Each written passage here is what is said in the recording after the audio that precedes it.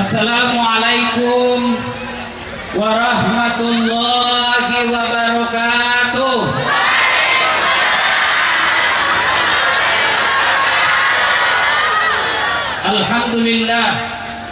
Alhamdulillahi rabbil alamin.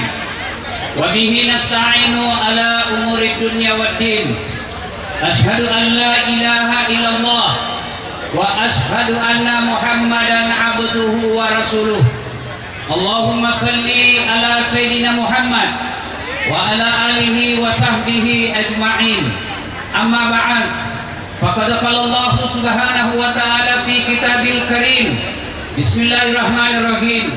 Ya ayyuhalladzina amanu dukhulu fis silmi kaffatan wa la tattabi'u khutuwatis syaitan innahu lakum aduwwum mubin. Wahai orang-orang yang beriman, masuklah engkau ke dalam Islam secara sempurna dan janganlah engkau ikuti langkah-langkah setan, karena sesungguhnya setan itu musuh yang nyata bagi kalian. Dan ternyata di pengajian ini saya lihat banyak setan yang berkeliaran. Setannya bukan pocong, setannya bukan uka-uka, tapi apa setan yang ada di tengah-tengah kita? Bentuknya handphone. Setan itu handphone. Orang sudah ceramah masih sibuk. Setan, mana kau dengar ceramah saya kalau kau sibuk? Saya merekam Ustaz, pasti gambarnya kabur, suaranya tidak jelas. Bagaimana supaya bisa kita punya dengar kembali Ustaz? Gampang. Ini ada kamera saya bawa, gambarnya jelas, suaranya jernih. Bagaimana caranya nonton? Buka YouTube. Jangan lupa like and share. Ibu-ibu yang pegang HP selama saya ceramah, saya doakan suamimu kawin lagi di tanah air.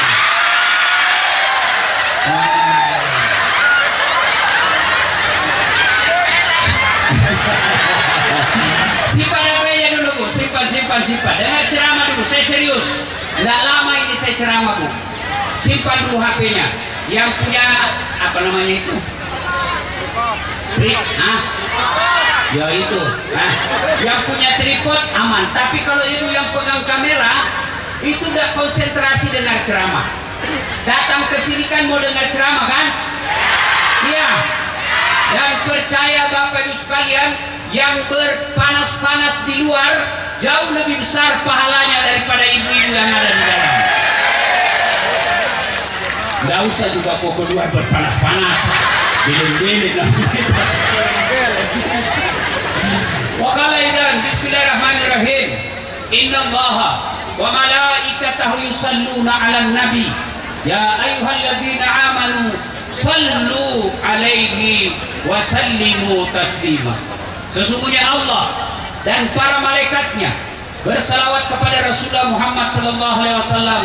Maka wahai orang-orang yang beriman, bersalawatlah kalian kepada Rasulullah dengan sebaik-baik salawat. Ibu-ibu, kemarin malam hujan. Ada enggak yang mampu menghitung air hujan? Ada? Kenapa? Karena jumlahnya banyak dan laju. Tapi ketahuilah ada yang lebih banyak jumlahnya dari air hujan. Apa itu kata Nabi? Ketika umatku berkumpul di satu tempat, lalu mereka bersalawat bareng-bareng kepadaku, maka dia dapat pahala lebih banyak daripada jumlah air hujan. Maka saya mau ajak bersalawat. Saya mau dengar mana lebih kencang suaranya bapak-bapak dengan ibu-ibu. Kita tanding, bisa Pak? Bisa? Ayo Pak, jangan mempermalukan jenis kelamin. Ayo, keluarkan suaramu dengan kencang. Mana ini banser? Mana banser? Ayo, keraskan suaramu. Salatullah, salamullah ala toh. Ibu-ibu diam. Salatullah, salamullah ala Yasin. Nilainya 9,7. Nah sekarang ibu-ibu, yuk. Salatullah ala toha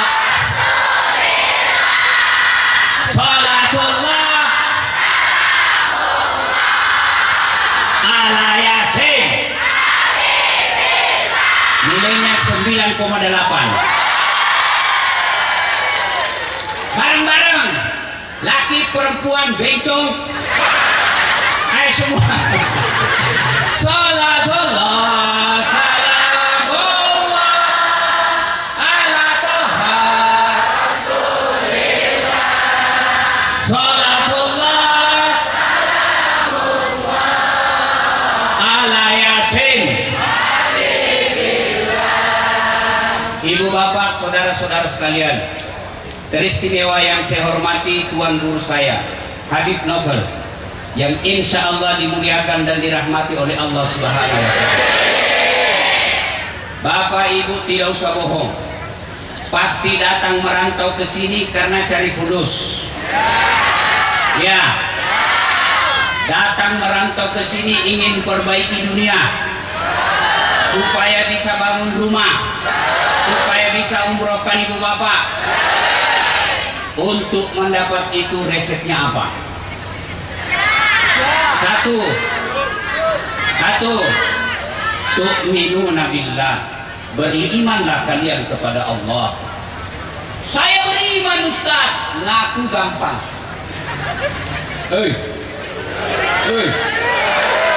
Kau kenal Jokowi?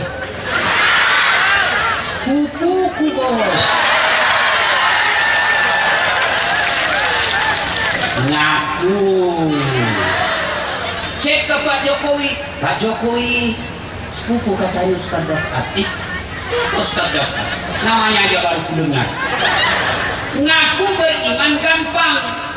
Yang sulit diakui oleh Allah sebagai orang beriman. Ini yang jadi masalah. Iman. Belah dadaku kau temukan kekasihku. Allah Subhanahu wa Ta'ala ngaku. Tapi yang sulit diakui oleh Allah sebagai orang beriman. Apa ciri dan karakter orang beriman? Banyak. Tapi yang paling konkret, aqimis shalah, dia mendirikan sholat.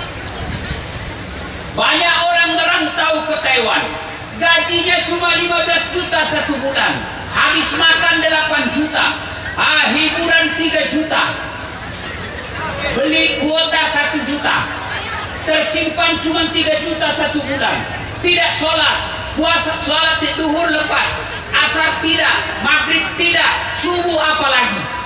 Inilah yang selalu saya istilahkan, sedulur-sedulur sekalian, saudaraku sekalian, Anda lapar, dapat duit, beli nasi bungkus, nasi bungkus. Sayangnya setelah ada nasi bungkusnya, nasinya dia buang, bungkusnya dia makan. Belen-belen. Inilah yang disebut mereka cari nafkah, tidak sholat, nasinya dia buang, bungkusnya dia makan. Kecil buat Allah tambah penghasilanmu, kecil buat Allah bangunkan kau rumah, kecil buat Allah kasih kau umroh, kecil buat Allah kasih kau jodoh. Allah cuma minta perbaiki sholatmu. Tapi sayang, 1000 sayang, sholat inilah yang paling banyak kita lalaikan. Ramadan 30 puasa tidak lepas, zakat dia bayar, zakat fitrahnya dia bayar, sedekahnya dia keluarkan. Tapi kalau kau tidak sholat, tidak ada gunanya semua amalmu.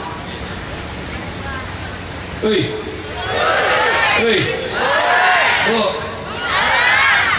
ibu-ibu paling banyak tidak sholat kapan? 1, selesai haid,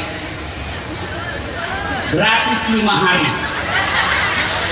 Dia bilang suaminya, kenapa kau belum sholat? Biasanya cuma 5 hari. Ini sudah 7 hari kau tidak sholat. Belum bersih, masih ada sedikit-sedikit. Dia bilang suaminya, bohong kau. Apa bohong sih? Kasih lihat kau. Apa kau kasih lihat? Ya bu? Ya. Kapan lagi perempuan banyak tidak sholat? Kalau ada pesta. Mukanya dia dempul, alisnya dia cukur, pipi sebelah dia cukur lagi di sini, pipi sebelah lagi dia cukur lagi di sini, akhirnya habis. Ketawa baru kau semua dikena. Ini perempuan makhluk paling perkasa di dunia.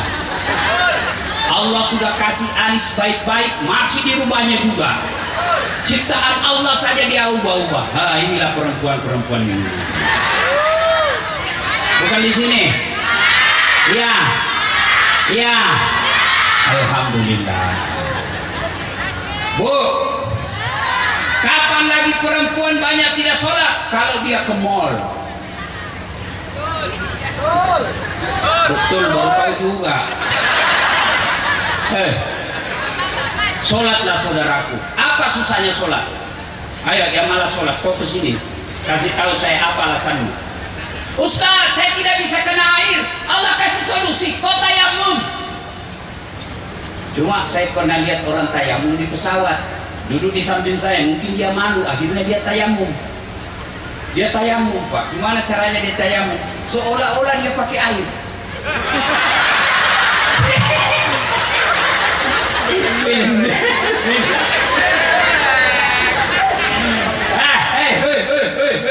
Para perantau TKI dan TKW yang saya cintai karena Allah. Nih prakteknya tayamum. Prakteknya tayamum. Linting lengan baju. Misalnya kamu tidak dapat air. Sudah cari kiri kanan, tapi mau kencing Ustaz. Caranya tidak ada air Ustaz. Ambil daun. Kalau kau di tengah hutan, ambil daun. Caranya gimana Ustaz? Ambil daun 3 lembar. Ini rahasia laki-laki. Sudah, cara ngusapnya yang pertama, daun pertama gosok ke bawah. Nih,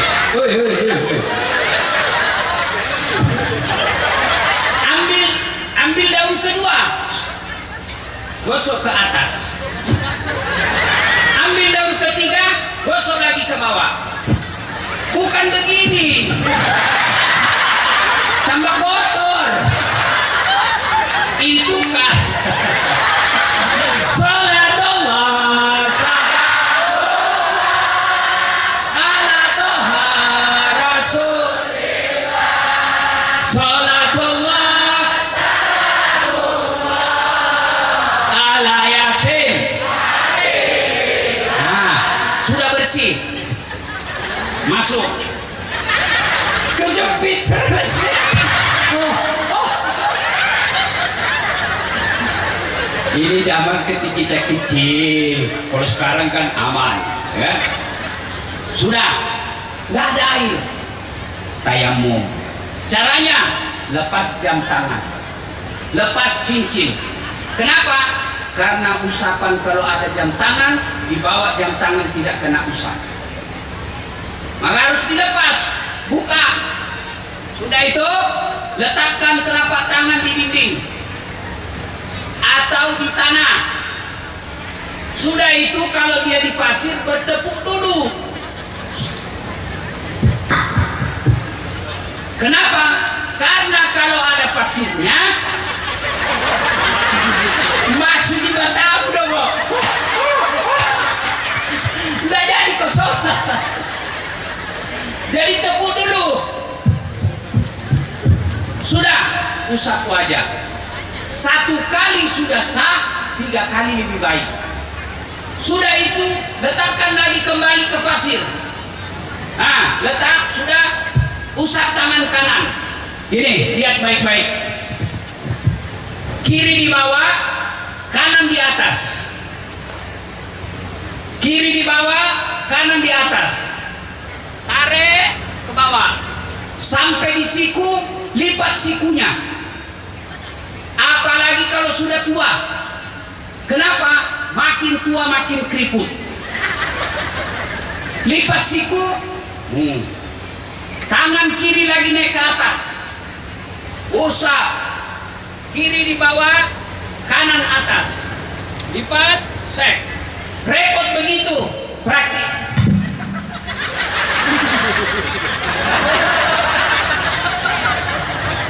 Sudah sholat, mana kiblat? Lihat di mana matahari terbit. Oh, sana pagi-pagi matahari, berarti di sana terbenam. Tidak ada matahari Ustaz. Sudahlah, mustaqbilal kiblati, sengaja sholat menghadap kiblatmu ya Allah. Allahu Akbar. Niatnya apa Ustaz? Niat tidak harus bahasa Arab. Niat bahasa Bugis boleh, bahasa Jawa monggo, bahasa Indonesia tidak jadi masalah.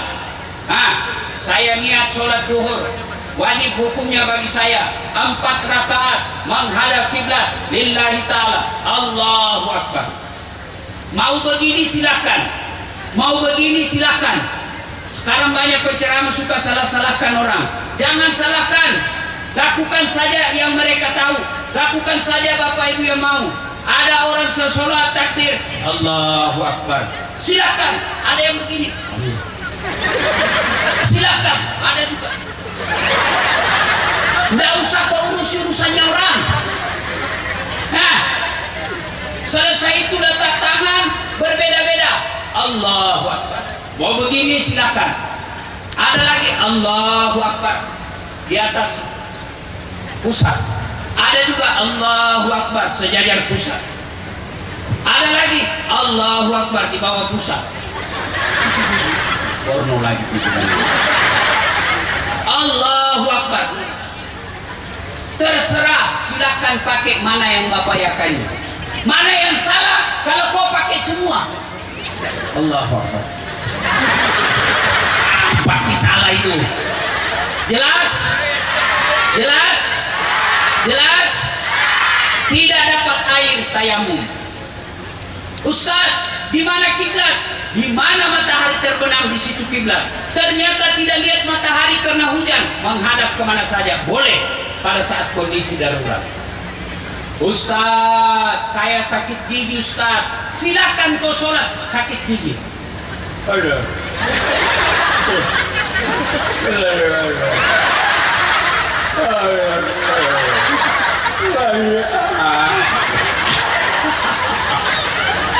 Allah tahu kau lagi sakit gigi. Jelas. Ustaz, saya lagi sakit di dalam rumah sakit, pakai infus. Silakan kau sholat pakai infus. Ustaz, saya tidak bisa pakai jilbab, pakai kudung. Tidak usah pakai kudung. Pakai apa? Tutup saja semua badanmu. Yang ketawa, saya serius. Diajar baik-baik malah diketawai kita. Salatullah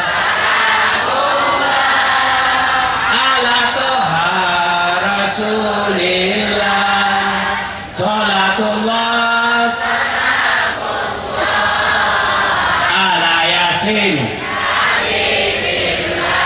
Ustaz, saya tidak bisa berdiri Ustaz. Saya lagi kerja Ustaz, tidak bisa di tempat itu, tidak bisa berdiri Ustaz. Silakan kau sholat dalam keadaan duduk. Bagaimana caranya sholat duduk? Kau lihat baik-baik, ini prakteknya. Nah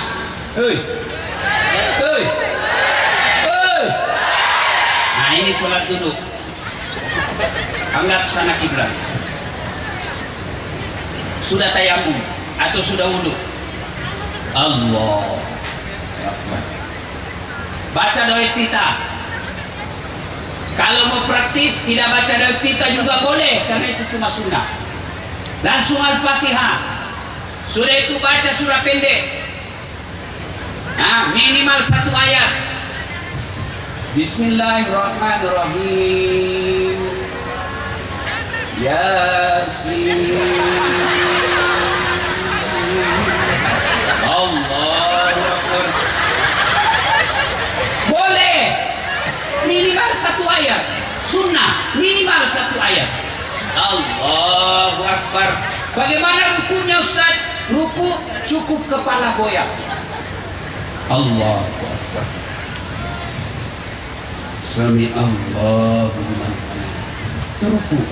Sujudnya bagaimana Ustaz? Sujud badan ikut ditundukkan. Kalau tadi cuma kepala, sekarang sujud badanmu ikut kau tundukkan. Allahu Akbar.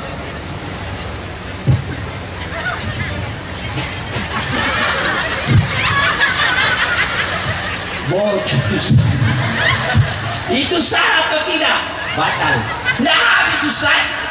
tetap batal.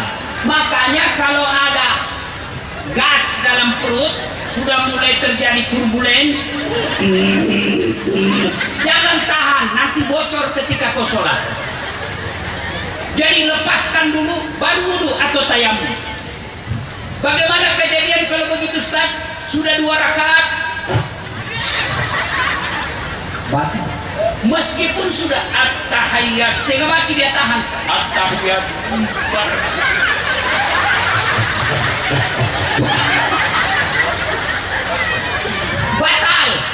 Makanya kalau merasa mual,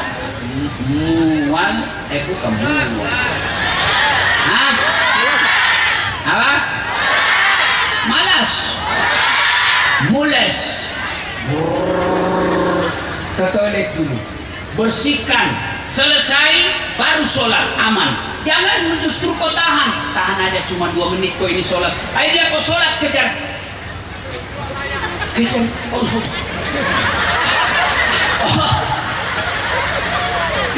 Pasti kau tidak sholat, kau hanya tahan kentut. Maka selesaikan dulu, masuk kau dulu ke toilet, termasuk kalau ngantuk. Kalau ngantuk itu disunahkan tidur aja dulu baru kau sholat. Jangan sampai kau sholat sambil tidur. Jangan sampai kau sholat, ini sudah tahiyat atau belum? Sudah tahiyat atau belum ya? Sudah tahiyat atau belum? Bagaimana kalau kejadian begitu?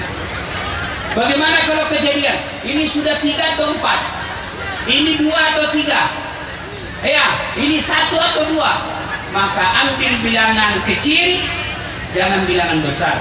Lebih baik lebih rakaatnya daripada kurang. Kalau lebih solusinya sujud sahwi. Tapi kalau kurang tidak sujud sahwi, batal sholatnya, tidak sah. Jelas? Jelas? Apalagi alasan udah sholat? Hah? Apa? Tidak ada kecuali malas. Apa lagi? Apa? Gantung. Nabi bilang kau tidur dulu. Kalau ketiduran, sholat begitu kau bangun harus sholat.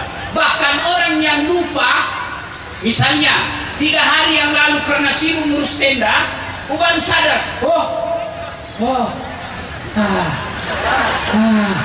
saya tidak sholat asar hari itu. Maka begitu ingat langsung sholat asar. Begitu pentingnya sholat. Apa lagi? Apa? Apa? Saya tidak tahu hafalan Ustaz. Sama saudari kita yang baru masuk Islam, tidak ada bacaan sama sekali. Saya tahu Ustaz. Solusinya gimana? Berjamaah. Berjamaah. Ikuti saja imam. Juga kalau jadi imam, jangan juga panjang-panjang. Ada juga kalau imam Pak la haula wala quwwata illa billah, menyiksa jamaah. Baru mau takbir sudah lama memang. Apa mau tinggal angkat itu Allah. Ini lama sekali.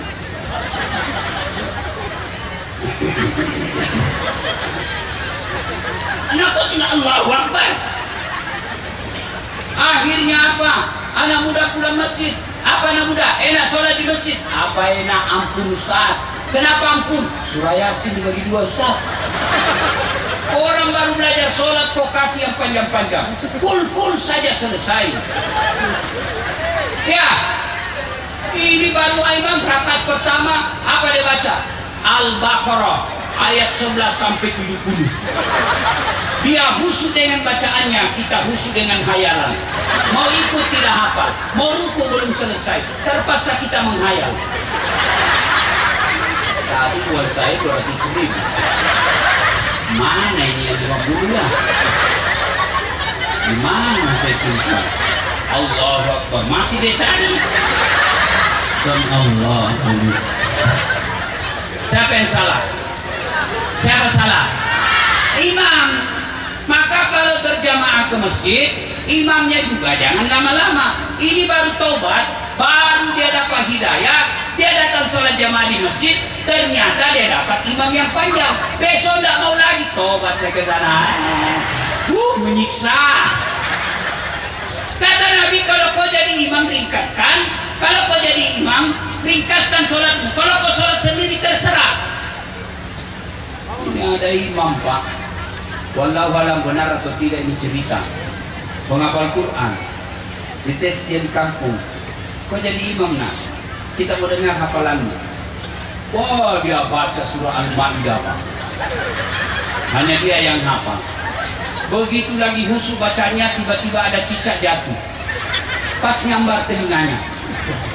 Stres. Namanya orang stres, hafalan hilang. Tiba-tiba ini anak muda, kira-kira umur SMA. Suasana hening. Dia bilang ini imam, tolong bantu di belakang. Dia bilang yang di belakang, saya juga tidak tahu. Ada anak muda capek, dia bilang kalau begitu ya sudah, Allahu Akbar. Siapa salah? Siapa salah? Imam. Maka tolong yang imam di musola, yang imam di rumah, yang imam di komunitas kita, kalau kau jadi imam, ringkaskan bacaanmu. Jangan panjang-panjang. Karena pasti makmummu tidak bisa mengikuti. Apalagi kasihan kalau ada yang rematik di belakang, orang yang sudah pensiun. Kau siksa orang tua. Ya itu kepalanya belum selesai. Naik lagi kasihan Allah. Jatuh lagi. Kau siksa orang tua. Maka sunnah ketika jadi imam, ringkaskan bacaan sholatmu. Nah ibu bapak saudara-saudara sekalian, kalau mau sukses dalam perantauan, perbaiki sholat. Apa hukum bagi mereka yang tidak sholat? Dengar baik-baik ini.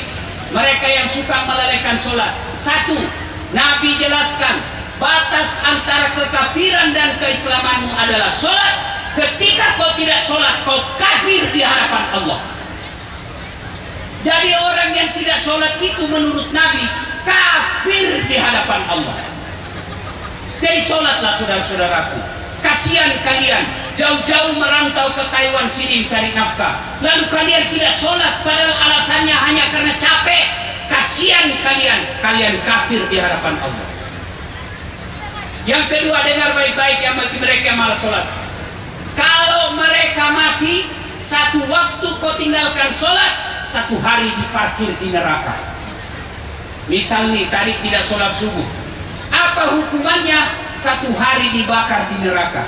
Berapa lama yang namanya satu hari di neraka? 1000 tahun ukuran dunia. Silahkan buka surah Al-Hajj. Jadi kalau tidak sholat subuh, 1000 tahun kau dibakar di neraka. Kalau 5 kali sehari semalam, 5000 tahun, itu sehari. Gimana kalau dia cuma datang sholat Jumat? Datang paling terlambat, pulang paling cepat. Orang khotbah dia tidur. Dia bilang masjid apa ini? Tidak ada khotbahnya. Bukan ada khotbah, kau yang dongol tidur kau meleng-meleng. Ayo sholat. Ibu-ibu sholatlah. Boleh saja kita ngontrak-ngontrak, merantau ke sini, makan seadanya, duit kita pegang sedikit saja. Untuk apa? Untuk dunia kita. Tapi kalau kita sholat baik, kecil buat Allah, kasih kamu apa yang kamu. Bu ibu, bu, bisa enggak perempuan hamil tidak ada suaminya? Bisa enggak? Bisa enggak? Bisa, Siti Maryam. Cuma sekarang banyak perempuan mau saingan Siti Maryam. Udah ada suaminya hamil. Bu, bu, pernah lihat sungai? Pernah? Itu kalau sungai mengalir ke kanan airnya, ada benda di atasnya, benda itu mengalir kemana? Kanan. Petinya Nabi Musa. Air sungai Nil mengalir ke kanan, peti Nabi Musa mengalir ke kiri, padahal tidak ada mesinnya. Kalau Allah yang mau. Muhammad sallallahu alaihi wasallam dikejar, ingin dibunuh oleh kafir Quraisy. Abu Lahab kasih hadiah, siapa yang membunuh Muhammad, saya kasih hadiah onta 1000 ekor, 100 ekor. Kejar, didapat, bersembunyi dalam gua Zur. Allah turunkan pertolongannya. Apa yang Allah turunkan? Bukan tentara malaikat, tapi apa yang Allah turunkan? Allah turunkan laba-laba. Tahu laba-laba, Ibu? Tahu laba-laba? Bahasa Jawanya spider. Dia bikin sarang. Laba-laba bikin sarang. Akhirnya diintip oleh Abu Jahal. Tidak mungkin ada Muhammad. Kalau ada Muhammad, tidak mungkin ada sarang laba-laba. Tentara pilihannya Abu Jahal, Abu Lahab kalah oleh sarang laba-laba. Tidak masuk akal, tapi kalau Allah yang mau, kecil buat bapak-bapak, kecil buat Allah bangunkan rumah di kampung. Kecil buat Allah sejahterakan bapak. Ibu-ibu, kecil buat Allah kasih suami yang baik. Kecil buat Allah kasih jodoh yang soleh. Allah cuma minta perbaiki sholatnya. Halo, ada enggak manusia yang tidak ada masalahnya? Ada enggak manusia? Oh, saya lihat di depan saya ini muka-muka penuh masalah semua. Ini yang lagi ceramah. Bapak-bapak pikir saya tidak ada masalah? Banyak masalah saya, Pak. Sekarang Bu, banyak janda-janda curhat. Ustadz, suami saya baru meninggal. Adakah doa-doa penenang jiwa? Saya kasihlah doa-doa penenang jiwa. Lama curhat. Ustadz, maukah Ustadz menjadi imam dalam hidupku? Saya bilang mohon maaf Bu, saya bukan imam, saya penceramah. Mana ada manusia yang tidak ada masalahnya? Istri cantik, sedulur-sedulur, sampean pikir kalau istri cantik bukan masalah? Apalagi kalau suaminya jelek. Istri cantik digoda orang, masalah. Berarti bagus kalau istri jelek. Istri jelek dihina orang, berarti bagus kalau tidak ada istri, masalah. Bagus kalau banyak istri, masalah. Semua masalah. Maka Allah tidak meminta, wahai pegawai-pegawai, pekerja-pekerja Indonesia yang ada di Taiwan, di Taichung.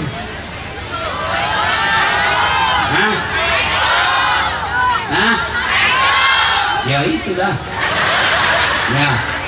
Wahai saudara-saudaraku yang merantau ke Taiwan, kalian kalau mau selesai masalahmu, kamu merantau sebagai TKW, ternyata suamimu di sana nakal, ternyata suamimu di sana ketemu dengan teman SMA-nya. Sakit Pak. Iya Bu. Ya. Allah cuma minta dua.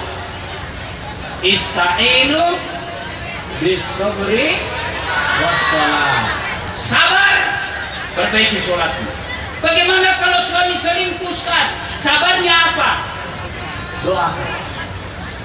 Tidak mungkin ibu bisa pelihara kalau dia di Indonesia.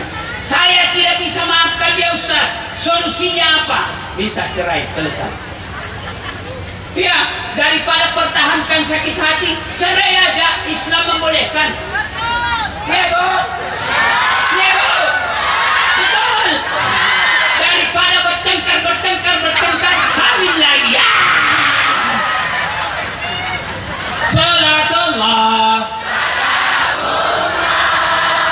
ala toha rasulillah.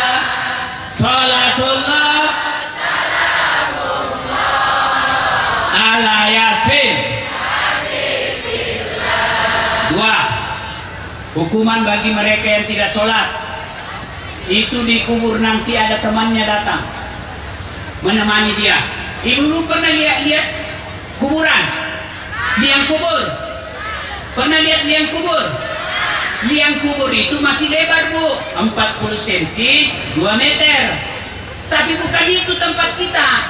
Tempat kita liang lahat, yang digali lagi sedikit, dimasukkan pas-pas di tubuh. Itulah tempat kita, ditimbun. Oh, ibu kalau duluan meninggal, menangis suamimu. Istri saya baik betul. Bulan depan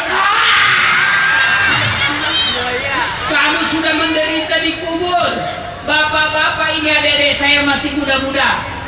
Begitu kau meninggal istrimu muda, janda muda, banyak yang lirik.